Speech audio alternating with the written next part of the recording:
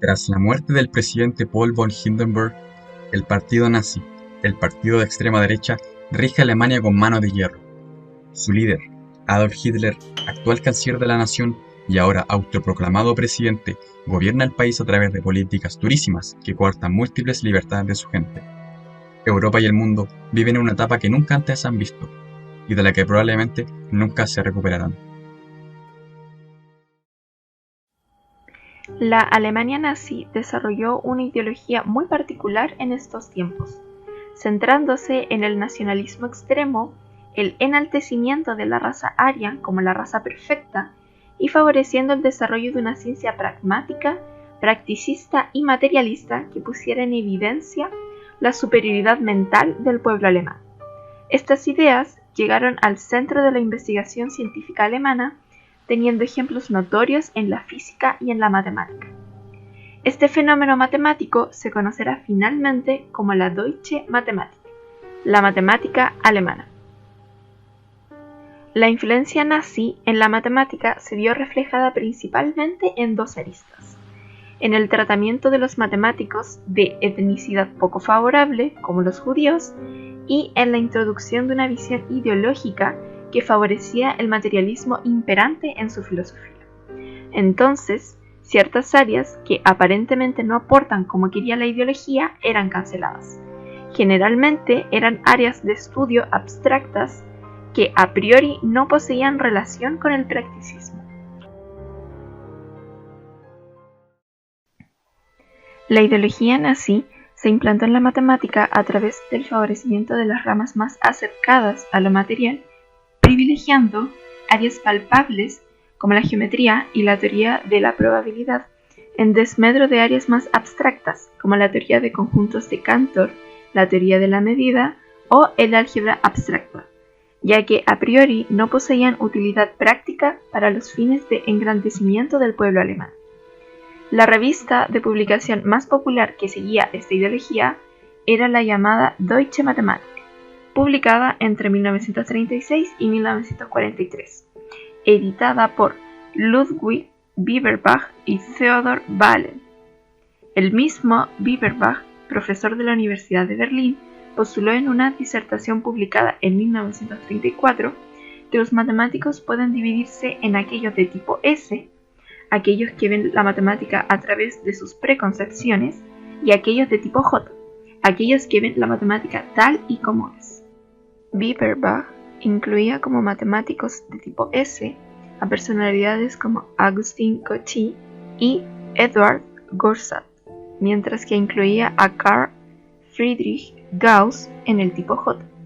El famoso matemático británico G. H. Hardy respondió críticamente a esta división, notando que el tipo J de Bieberbach estaba compuesto exclusivamente por matemáticos alemanes, mientras que el de tipo S de Bieberbach estaba compuesto exclusivamente por matemáticos franco-judíos, poniendo en evidencia el racismo imperante detrás de la división. Vivir en Alemania fue muy problemático para los judíos durante este periodo. La discriminación que sufrían era altísima y bastante bien documentada. Los científicos no estuvieron ajenos a esto, en absoluto. En total, 145 matemáticos diferentes fueron obligados a emigrar de Alemania o de los países ocupados por el régimen fascista. Emblemático es el caso de la Universidad de Göttingen, casa famosa en el mundo por su alta prolijdad matemática, hogar de destacadas personalidades como Carl Friedrich Gauss, David Hilbert, Bernhard Riemann, Peter Gustav Dirichlet o Felix Klein. En esta universidad, hacia 1933, la Asociación de Estudiantes de Alemania llevó a cabo un ataque contra lo que para ellos suponía el espíritu anti-alemán, con consignas como: los estudiantes arios queremos matemáticos arios y no matemáticos judíos. De aquí tuvieron que partir grandes nombres de la matemática como Emil Nuzza, German Bayle, Richard Courant, Edmund Landau, además de muchos otros científicos como Max Born, Victor Goldschmidt, James Franck, Eugene Wigner, Leo Szilard o Edward Teller. Los nazis estaban convencidos de los fructíferos de sus políticas. En 1934, posterior a la expulsión de estos nombres, Bernhard Rust, ministro nazi de Educación, se sentó junto a Hilbert en un banquete en el que ambos fueron invitados. Rast, orgulloso de las políticas, le pregunta a Hilbert: ¿cómo va la matemática en Göttingen, ahora que ha sido liberada de la influencia judía? Hilbert someramente contestó: ¿la matemática en Göttingen? Ya no queda nada de eso.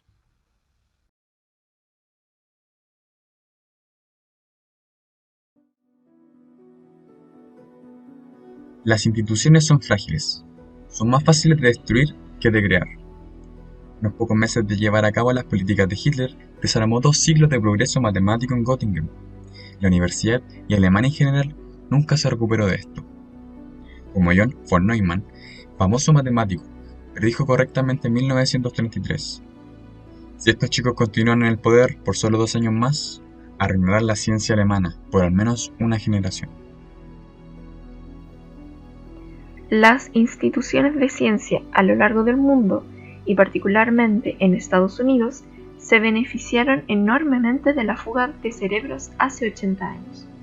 Y a pesar de que hoy en día nuestras instituciones no sufren la misma amenaza existencial que en la Alemania del 33, nuestro trabajo y nuestros académicos pueden seguir siendo seriamente dañados por políticas anticiencia y antiintelectuales. Sería una trágica ironía que la matemática de Occidente, que debe mucho de su éxito y estatus a los prejuicios alemanes de otra era, se viera reducida a escombros por este tipo de actitudes hoy en día. La matemática y la ciencia en general no existen en un vacío alejado del resto de las actividades mundanas y están activamente interconectadas con el resto de los procesos humanos. Nos parece profundamente importante ser capaces de detectar el momento en que la intolerancia empiece a permear nuestras instituciones y comience a impedir nuestro progreso científico. Después de todo, los nazis no llegaron al poder de la noche a la mañana. No podemos permitir que estas ideologías destruyan nuestras construcciones intelectuales, ni mucho menos proponer arbitrariamente un solo camino en pos de una sociedad práctica, pragmática y materialista. Creemos que la matemática, así como la ciencia, debería trascender las preconcepciones de sus académicos.